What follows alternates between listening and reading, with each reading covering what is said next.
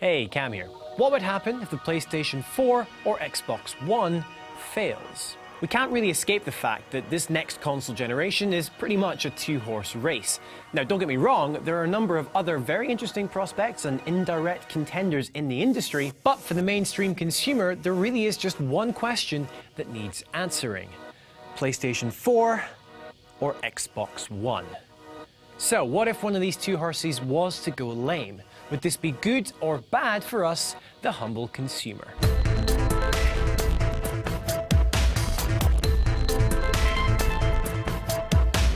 Now, it's tempting to immediately conclude that the failure of either player would just be bad for us, because as conventional wisdom states, competition in pretty much any market is a good thing, as it drives down prices but increases the quality of the products. Just look at the explosion of variety and innovation in the phone and tablet space in the past 5 years, for example. However, a research paper produced by Harvard Business School titled Competition and Illicit Quality argues that this is not always the case.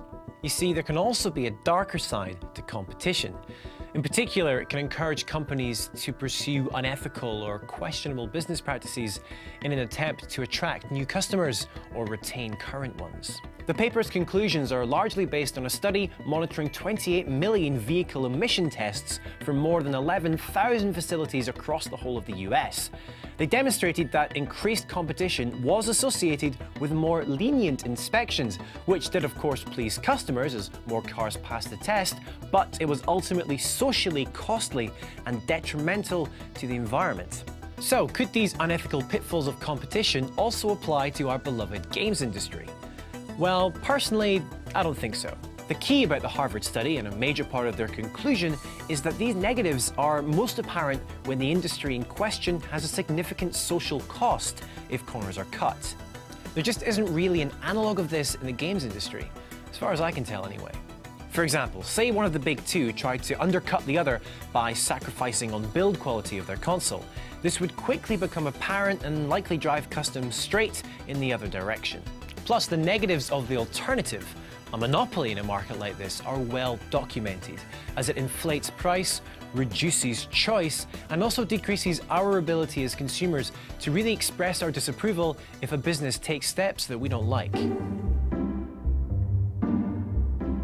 Consider for a moment Microsoft's U-turn on used games and DRM policy. Do you think they would have taken the same steps if they'd been the only major player in town? I highly doubt it. Plus, I would argue that despite just having two major players in the next generation console war, the industry as a whole is arguably the most open it's ever been to creativity and innovation. The very existence of the Oculus Rift, Steam, and the support for indie development across the industry are great examples of this. So, no matter which you prefer or where your console allegiance lies, I reckon we are almost certainly better off with both. Whoa, wait a minute. What if one of them does fail? Would it be wrong for us then to take pleasure in that failure if it was the one that, well, we didn't like? Well, perhaps not. That's according to a study carried out at Princeton University last month, which concluded that taking pleasure in the pain of others, or Schadenfreude, as the Germans so eloquently put it, could be biologically programmed in us.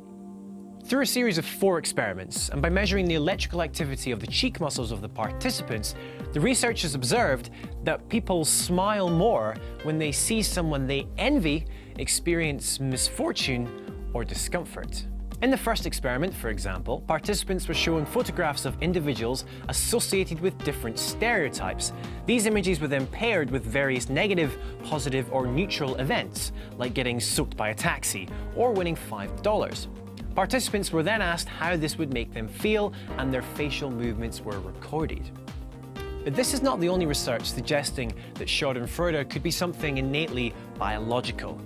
In fact, one of the most bizarre experiments I've ever seen makes a case that even babies can experience pleasure from viewing the pain of others. The study, published in the journal Psychological Science, suggests that while humans have been observed to have a tendency to gravitate towards those that they share something with, babies take this one step further and also prefer people who are mean to dissimilar individuals. The researchers used a puppet show. Now, I'm paraphrasing here a little, but ultimately what they observed is that the babies responded positively when puppets were nasty to a particular puppet the babies considered to be different. Well, as always everyone, let me know what you thought of this week's reality check. Do you agree with me that the competition between the PlayStation 4 and Xbox One is ultimately a good thing? Perhaps you'd like to see a third console maker really get stuck in there as well. And what do you think about the idea of schadenfreude as being something innately biological? Let me know in the comments down below or by tweeting at me at @CamFrazRob. Okay, thanks for watching guys, see you next week.